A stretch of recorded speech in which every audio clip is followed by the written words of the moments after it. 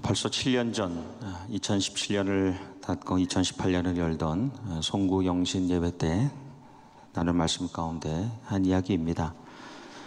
오래전 동물의 신기한 영상, 신기한 생활을 다룬 TV 퀴즈 프로그램이 있었는데요. 수많은 동물들이 등장했는데 그 가운데 제 뇌리에 가장 강력하게 남은 것이 스프링벅이라는 영양입니다. 스프링벅은 남아프리카에 서식하는 영양 종류인데요. 그 이름처럼 스프링과 같이 자기 키의 4배를 뜁니다. 한 1m 정도 되는 영양이 4m를 뛰니까요. 대단한 높이죠. 그런 점프력, 그런 능력을 가진 동물입니다. 평소에는 몇십 마리 정도 모여서 머물 때는 그 자리에 안주하면서 풀을 뜯습니다. 움직이지 않아요. 그런데 이 영양들이 갑자기 모여들면서 수백 마리, 수천 마리가 되면 전혀 다른 행동을 합니다. 이상 행동을 보이기 시작하는데 그 전체 무리의 앞쪽에 있는 영양들이 풀을 먹으면 이 뒤쪽에 있는 영양들이 풀을 덜 먹게 됩니다. 점점 없어지니까 조금이라도 이 풀을 먹기 위해서 앞으로 나아가려고 경쟁을 합니다. 뒤에 있는 양들이 앞으로 몰리니까 이 앞에 있는 양들은 더 앞서가려고 조금 더 빨리 뛰기 시작합니다. 앞에 있는 양들이 빨리 뛰니까요, 뒤에 있는 양들도 뒤질세라 점점 질주합니다. 전체 무리가 전속력으로 달려서 초원을 지나고 개울을 건너고 무작정 뜁니다. 방향도 목적도 없이 돌진하다가 절벽을 만나요. 낭떠러지를 만나면 그대로 강물로 다 들어갑니다. 그리고 익사하고 사체만 이 강물에 뜨죠. 우리가 잘 아는 벼룩, 플리라고 합니다. 길이가 한 2mm 정도인데요. 자기 몸의 100배를 넘게 뜁니다. 20cm 이상 뛸 수 있는 능력을 가진 곤충입니다. 오래전에 과학자들이 궁금했어요. 어떻게 그렇게 높이 뛸 수 있을까? 풀리지 않는 미스테리였는데 이 영상 기술이 발달하면서 이제 촬영을 해서 보니까 다리로 뛰는 게 아니라 갈고리가 달려있는 이 발가락으로 점프를 하는데 그 점프를 하기 위해서 자기 단백질에 에너지를 저장해 두는 겁니다. 계속해서 에너지를 저장해 뒀다가 어둠 속에서 빛이 비치게 되면 살기 위해서 튀어오릅니다. 그때 그렇게 높이 뛴다는 겁니다. 벼룩 효과라는 이론이 있습니다. The Flea Effect라는 이론인데요. 이 벼룩들을 잡아다가 생각만 해도 그렇게 유쾌하지 않습니다만 벼룩들을 잡아다가 유리병에 넣어두면 탈출하려고 밖으로 다 나옵니다. 근데 그 유리병의 뚜껑을 닫아두면 뛰면 부딪히잖아요, 머리가. 그래서 뛰어도 머리가 닿지 않을 정도로 뜁니다. 나중에는 스스로 포기해버리죠. 자포자기합니다. 근데 그 유리병 높이에 적응되어 있는 벼룩은 그 자손들고 그 자녀들도 자녀라고 하면 좀 그렇죠. 그 자손들도 그 정도 높이만 뛸 수 있게 됩니다. 실패에 대한 공포로 자기 한계를 낮게 설정합니다. 이제 스스로의 능력을 제한합니다. 이것을 이제 벼룩 효과라고 하고 영어로는 learned helplessness, 학습된 무력감이라고 합니다. 내가 힘이 없다는 것이 학습되어졌다는 겁니다. 이 힘이 있는데, 능력이 있는데 충분히 뛰고 날 수 있는데 거의 익숙해진 거예요. 난 못한다. 하나님께서 생명에게, 특별히 사람에게 내리신 복의 처음은 무엇입니까? 생육하라, 번성하라, 땅에 충만하라, 땅을 정복하라입니다. 하나님께서는 하나님의 사람들을 모으시고 계속하여 성장하기를 원하시는 분이십니다. 부흥하기를 원하시는 분이십니다. 그것을 통하여 또 성숙하기를 원하시는 분이십니다. 위대하고 풍성한 교회와 나라를 이루어가게 하시는 것이 하나님께서 하나님의 백성을 모으신 목적입니다. 그래서 사탄은 어떻게 하냐, 마귀는 어떻게 하냐, 매 시간마다 우리에게 패배감과 상실감을 주지요. 패배하지 않았는데 패배한 것 같은 감정을 줍니다. 잃어버린 것이 없는데 뭔가 많이 잃어버린 것 같은 감정을 가지게 합니다. 그래서 좌절하고 무력하게, 무기력하게 만드는 것이 사단 마귀의 역사입니다. 항상 그래서 우리가 발치 앞에 풀만 뜯고 달려가게 합니다. 우리 삶에 항상 유리병을 닫아 놓는 겁니다. 그 이상을 튀어오르지 못하게 만드는 겁니다. 첫 번째 사람 아담이 그 복을 받고 한 일, 복을 받고 한 일이 무엇입니까? 생육하고 번성하고 땅에 충만하고 땅을 정복하라는 그 복을 받고 난 다음에 한 그의 일은 생명의 이름을 짓는 일이었습니다. 여러분, 그 이름을 짓는다는 것은 그 존재 자체의 의미를 부여하는 겁니다. 대단한 일입니다. 거대한 일입니다. 동력입니다. 하나님의 하시는 일에 같이 동력, 사역하는 겁니다.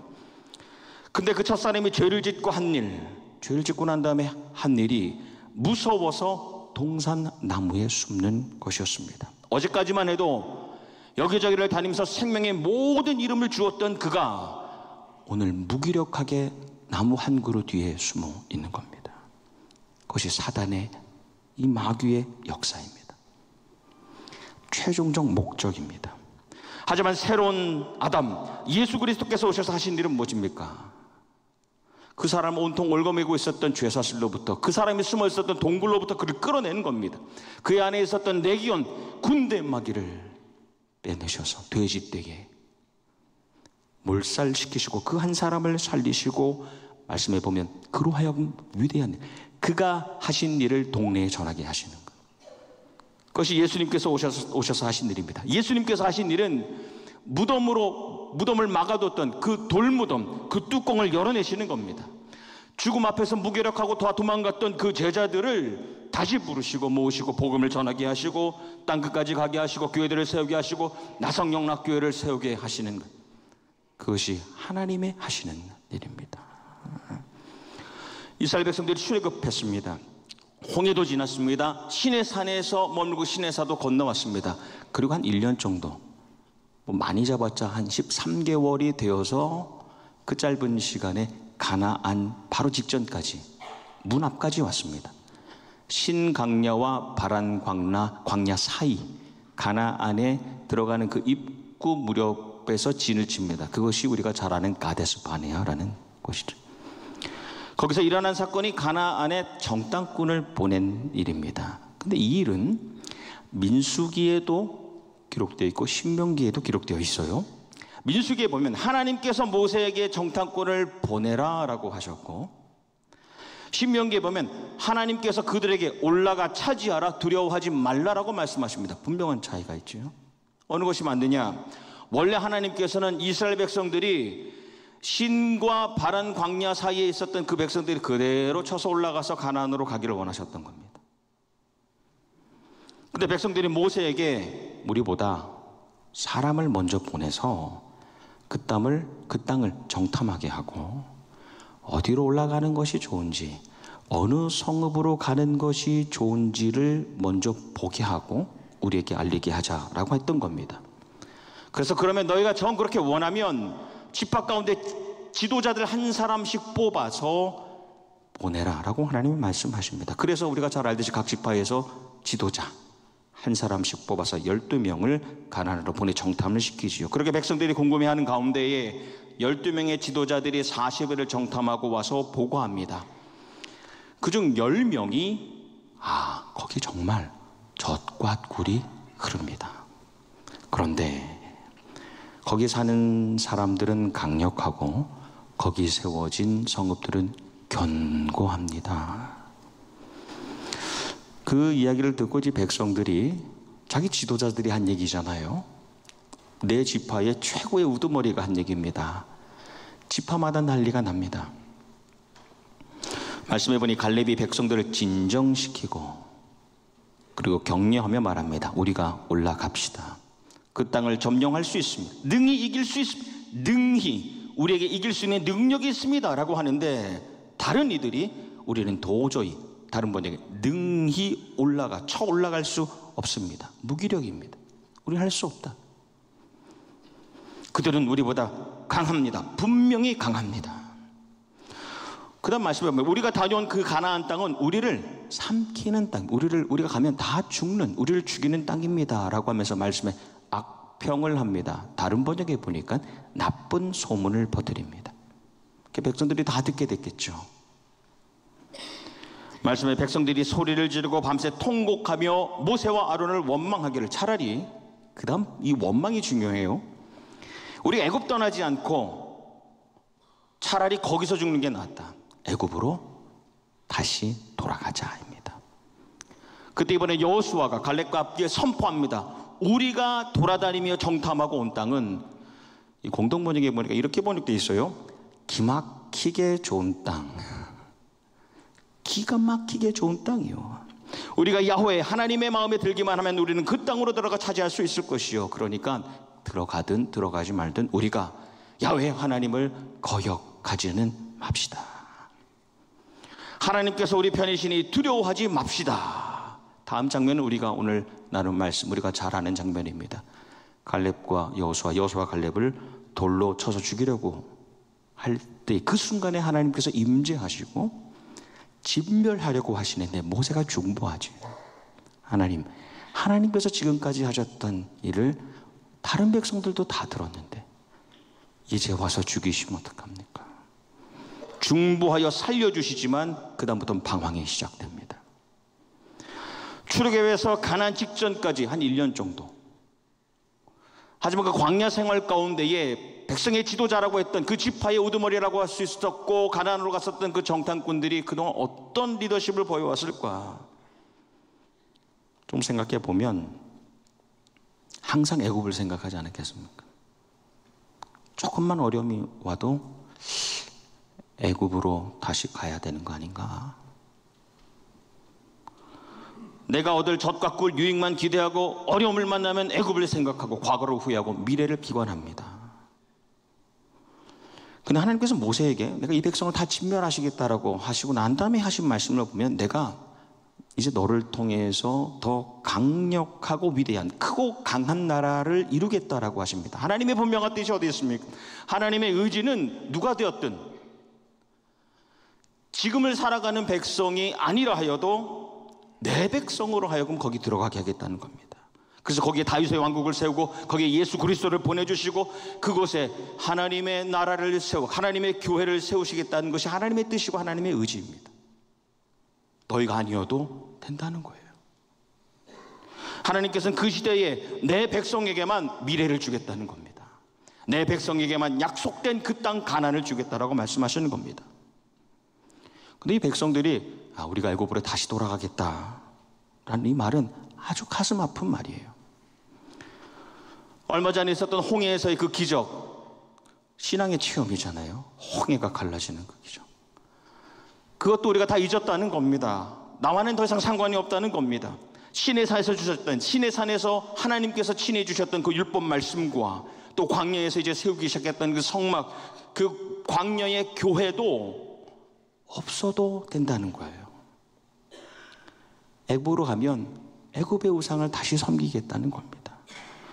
모든 것이 무효화되어도 내 과거의 신앙의 응답까지도 또 하나님께서 오늘 주시는 말씀과 세워가시는 그 광야의 교회도 무효화되어도 된다는 겁니다.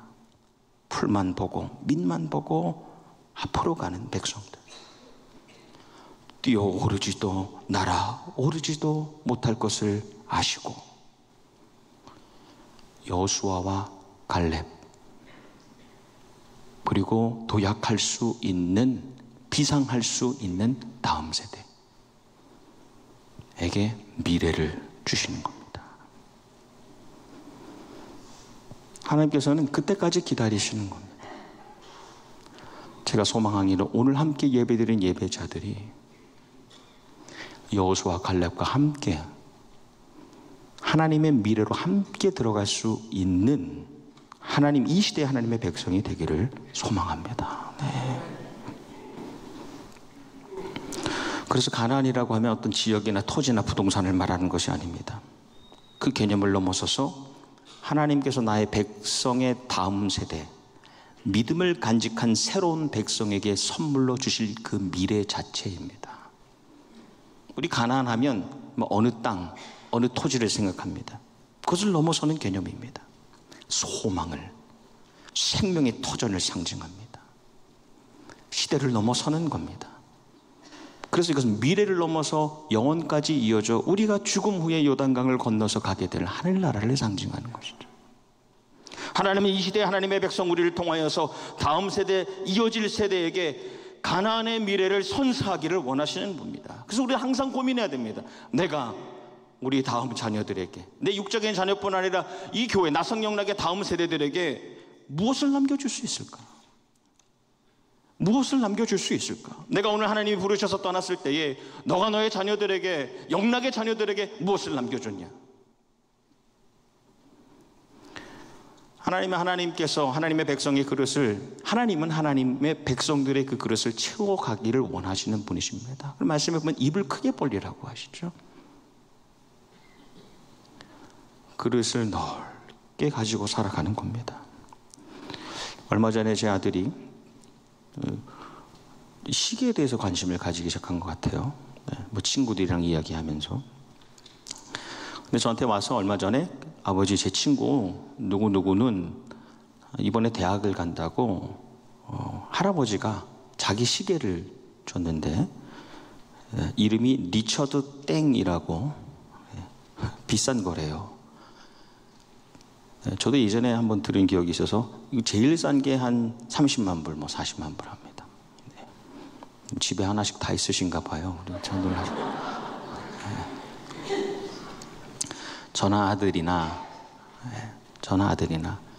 그런 럭셔리한 그런 물건에서 비롯되는 부러움으로부터는 자유롭다는 믿음이 있습니다. 그러니까 부러워서 하는 얘기는 아니구나. 다만 한 가지 새삼스럽게 느껴지는 것은 물질적인 가치를 넘어서 세상의 사람도 가장 소중한 것을 자녀에게 남겨주려고 합니다. 우리는 우리의 자녀들에게 무엇을 남겨주고 떠날까? 어떤 부모는 수고하여서 많은 유산을 남겨주기도 합니다. 또 어떤 부모는 수고해도, 같은 수고를 하였음에도 빚을, 부채를 남겨주기도 합니다. 근데 믿음의 자녀는, 복된 자녀는 물질 유산의 많고 적음, 때로는 없음이 아니라 그것의 성패를 떠나서 가장 좋은 것을 선사하려는 아버지, 어머니의 그 마음을 보는 것이 복된 자녀이지요. 여러분, 가나안은 아직 불확실한 미래입니다. 한 가지 분명한 것은 하나님의 약속하신 미래라는 겁니다. 하나님이 약속하신 미래라는 것을 받아들일 수 있는 아들과 딸들, 그 자녀 손들만이 그것을 소유했습니다.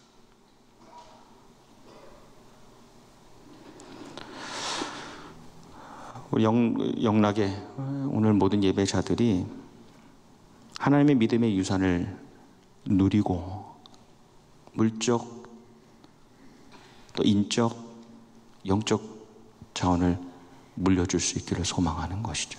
네. 우리가 잘 알듯이 여호수아 갈렙이 40년이 지나서 광야에 40년을 지나서 들어갑니다. 땅을 분배합니다. 그리고 5년이 지났어요. 근데 5년이 여전히 지났는데도 올라가 보지 못한 산지 기럇 아르바가 있습니다. 어느새 백성들은 이민 와서 살만하다, 이 정도면 살만하다 안주했지만 갈렙은 여전히 최고 지도자였음에도 그 산지는 다른 부족의 것이 아니고 다른 지파의 것이 아니고 내 믿음의 자녀들에게 주신 미래이다 라고 믿고 쳐서 올라갑니다. 내가 아직 힘이 있습니다. 여호수아여, 내게 아직 힘이 있습니다.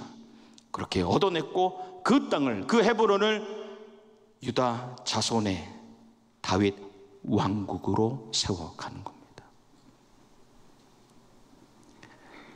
우리 후손들, 우리 믿음의 후손들이 기억하는 이 갈렙, 여러분, 갈렙의 위대함은 그 헤브론을 땅으로 얻었다, 그 부동산을 얻었다는 그것이 위대함이 아니지요. 그 소유보다도 좌절과 무기력함을 넘어서서 믿음을 가지고 나아갔던 그의 믿음을 기억합니다.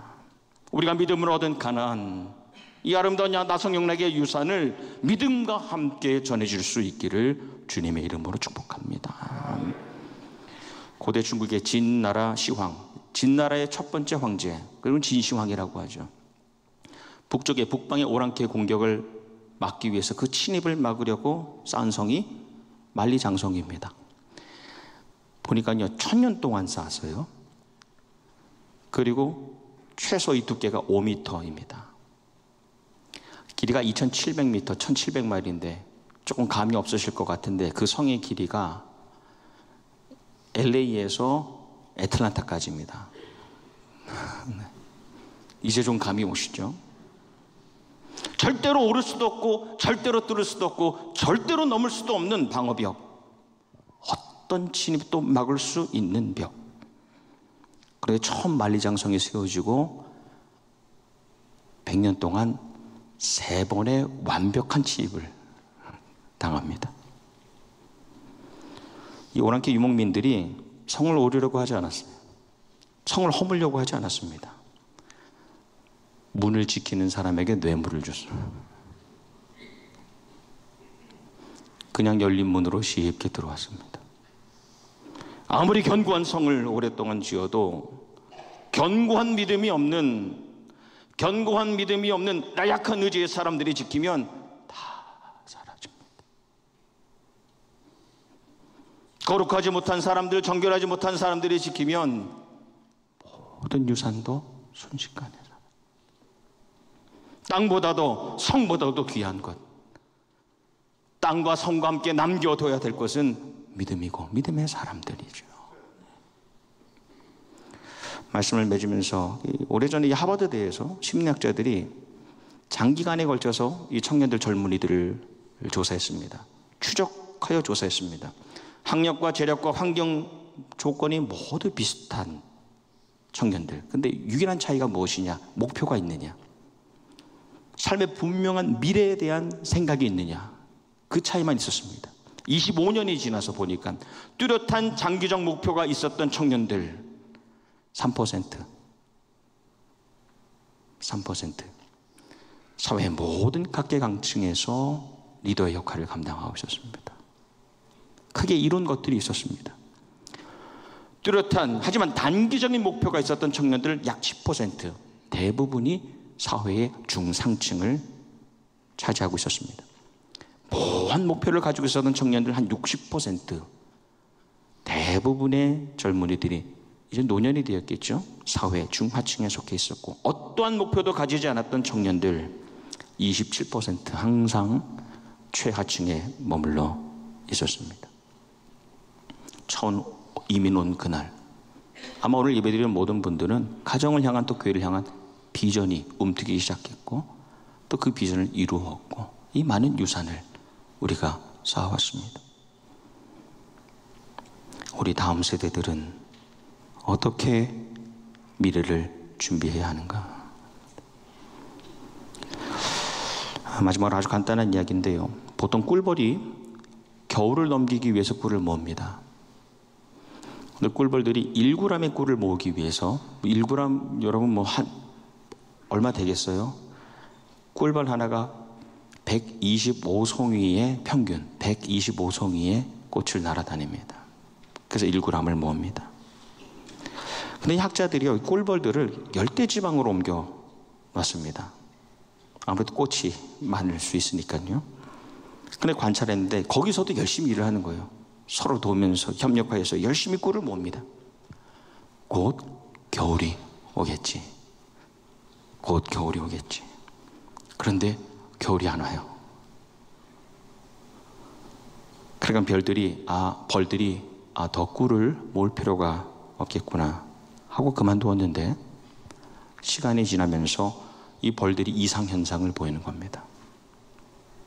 꿀을 모으지 않으니 공격적으로 변하는 거예요. 그래서 다른 생명을 공격합니다. 사람들이 가도 사람들을 공격합니다. 여러분, 겨울은 꿀벌 되게 하는 계절입니다.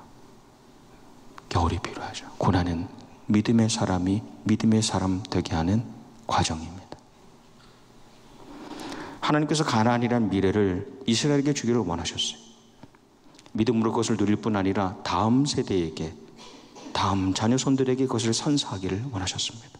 동일합니다. 우리나 성경락에 모든 후손들이 우리의 유산, 우리의 믿음과 물적, 영적, 인적 유산을 소유하고 누릴 수 있기를 소망합니다.